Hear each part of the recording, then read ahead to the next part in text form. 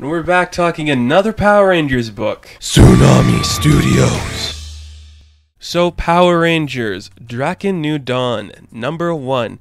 Here's another thing I need to reiterate when it comes to the Power Rangers books at Boom Studios. I haven't read the actual line of Mighty Morphin or Go-Go. I don't know where to begin with those. Somebody told me to read them. I actually got a lot of comments saying, you should read them, they're worth it. I don't know where to start, and do you start with Mighty Morphin? Or is Go-Go Power Rangers the one you go to? I don't know, so somebody please clarify that for me, because I'm confusing myself just saying it. I read Ranger Slayer, that's the first Power Ranger comic I read, and I really enjoyed myself when it came to that book. So I was like, let's jump into whatever the next one is. I didn't know there was going to be a sequel book called Drakkon New Dawn. I'm really happy I read it. Is it better than Ranger Slayer? I don't think so, but I did enjoy myself while reading it. So the premise of this book is Kimberly has now taken over the role of Drakkon, and she is in charge of this new world. And she has the new factions working together. The Coinless and the Sentries are now one and the same, and they're all working together for harmony. We got Trini, we got Zach, we got Scorpina, and we got this new character named Adam who kind of got attacked by one of the Coinless and his eye ripped out. So he's kind of bumping up to a new status, I think, in here. And that was kind of like the inciting factor when it came to the events in this book. Adam loses his eye. We don't know what to do with this new guy. A lot of people are saying we should just kill the guy that hurt Adam and figure out how to go from there. But Kimberly's like, I'm not doing that. That's what Drakkon would do. Well, what would he do in this situation if it's like an attempted murder? They'd lock him in something called the Deadlock. And the Deadlock's like this super huge prison that held a lot of people that wronged Drakkon. And Kimberly's just like, oh, well, that's... sounds terrible. We're going to liberate all those prisoners. So the new crew goes down to the prison.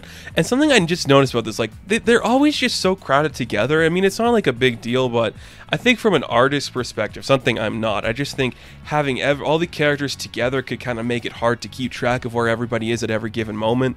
And I mean, because we got Kimberly, we got Adam, we got Trini, we got Zach, we got Scorpina, then we got all the Sentries and the other Coinless working with them. There's a lot of people in each panel. It just kind of gets a little impactful. And I kind of notice it because it's just like, there's just so much going on in this one like page or just one panel of the page, and I just thought that was something to note. It was just interesting to me. So they go to the Deadlock and they are just kind of like, okay, let's just figure this out. They go to break everyone out, and you just kind of get still like the tension rising between the Coinless and the Sentries. They're still kind of infighting each other and everything. Kimberly's walking up. She falls through like a little, like I guess like a floor panel, and just falls down to this like weird area. It's like a green glowing light, and she just kind of opens the door and she is introduced to somebody, and we'll come back to her later. We cut back to the Coinless and the Sentries. They're breaking out the prisoners. Some people are attacking, so it's kind of like, oh, now we got to subdue them and stop them. And by accident, you just see some of the Coinless are shooting some of the Sentries. Some of the Sentries are shooting some of the Coinless, just because, you know, they're new to this. They haven't worked together before. How are they going to stop everything from happening? They're figuring that out. There's like a really small moment in here that I think is going to come back later in the book, where Scorpina stops, I think it was Adam, from dying, and she's just like, now you owe me a favor later, so remember that, Adam. I liked it too. Scorpina was really good in this book just because she was so snarky and witty throughout everything. She never once got Adam's name right, calling him a bunch of different things, and I thought that was a very clever way, just showing, yeah, she doesn't care, it doesn't matter, she's just doing whatever she wants, and she's just here for the fun of it. That was a really cool way. Trini and Zach did not play a big role in this. I was surprised because I thought they'd do more stuff in here. I don't know. So, well, maybe they'll come back in the next issue and do something else there. I don't know. We'll just have to see. So, we free all the prisoners. Everyone's escaped. The Coinless are the heroes. People are like, we got to get rid of the Sentries and all that stuff. And it's okay. But we cut back to Kimberly. She has found this new prisoner, and it's this ranger in like this weird stone or iron suit that I don't really understand. I have no idea who this character is. We'll come back to it at the end with some people's theories. But she breaks him out, and he's like, you gotta leave me here, you can't take me out of this thing.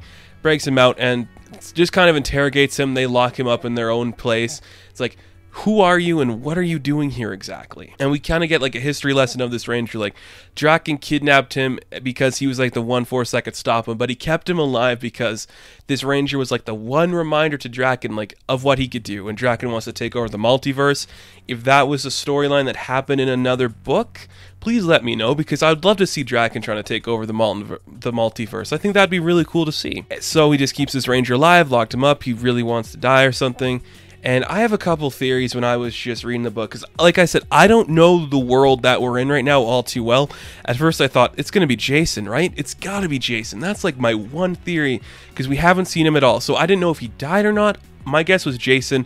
I didn't think it was going to be Billy, just because... why would it be Billy? I don't think Billy would be that hardcore.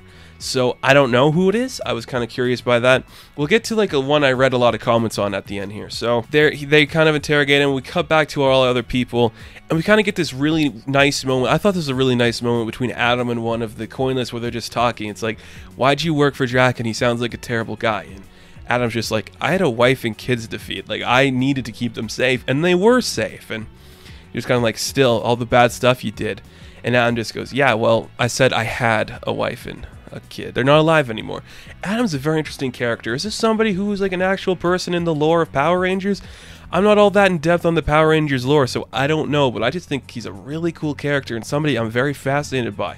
It's kind of like that outside perspective between the original Rangers and like our new Ranger Slayer, Queen, and Scorpina. He's a really cool character and I'm enjoying seeing him. So then we get like this shot at the end of this book, and this is kind of where I got confused, because I'm not a huge expert on anything outside of the Mighty Morphin stuff. I read some comments on this issue that there was kind of like a signal that reached out across the stars, and it was to this, Andronina, I think that's her name, and she's wearing like an Eclipto armor. I think that's from the Space Rangers, isn't it? I'm not positive. Please correct me, guys. I really want to know what's going on here, because I have no clue. I think they said Andronia is her name, and she's wearing the Eclipto armor, so she's kind of like the next big bad coming to take down these people. And a lot of people, after reading that, thought that the guy in the armor might be Andros. That's one of the... I looked it up. That's like the Red Ranger from like the Space Galaxy one. I don't know a lot about it. If it is, I think that's a great way to tie in more Rangers to this universe. That's kind of cool. I enjoy that a lot, actually. Really fun stuff. This issue, like I said, I didn't know a lot about it going in, and I had a good time reading it. It takes some new elements from the stuff we've seen before. The Coinless and Sentries working together. Scorpina's snarky attitude was very impressive. But overall, I still need to know more about the Rangers, I think, to fully grasp what is going on in this book, and in order to appreciate it more. So please let me know the stuff I forgot.